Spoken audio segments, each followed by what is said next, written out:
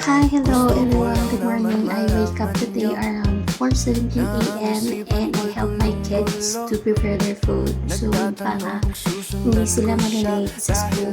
And today, I decided just to do my job as a nanay in the house. Always clean up. And see, I'm showing you the hugasin a lot. This hugasin other place to wash. So, napakahirap maging nanay. So, sa mga nanay na hindi pa rin naging nanay, huwag mo na kayong So, huwag mo na kayo maghanap, magdala kayo, or kailangan niyo tapos yung pag-aaral niyo, maging stable mo na kayo.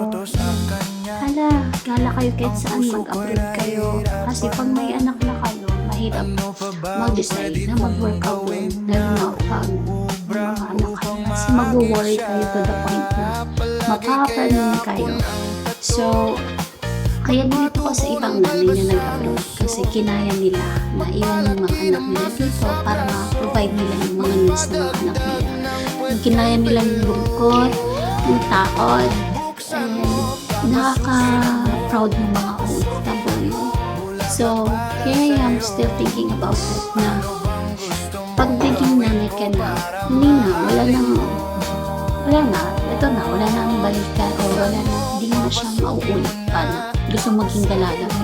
Ito na, nanay ka na talaga.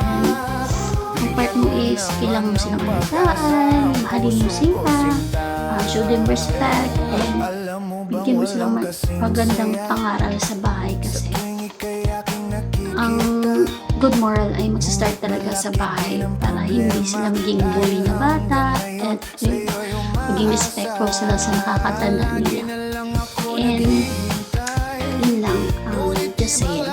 So today I was just having a good day and somehow I'm making these videos if I feel bored or I'm not really into consistent here like posting a lot of my videos on my daily day vlog or what a day, you know.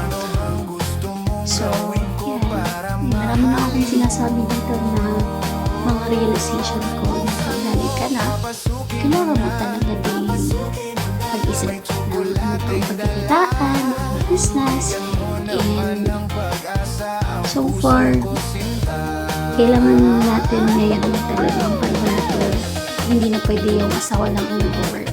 We have to work too. So, and still, I'm here. I'm glad and I'm grateful to all my experience na kapag-work. And at the same time, it's been also 4 months now na hindi ako nag-work. And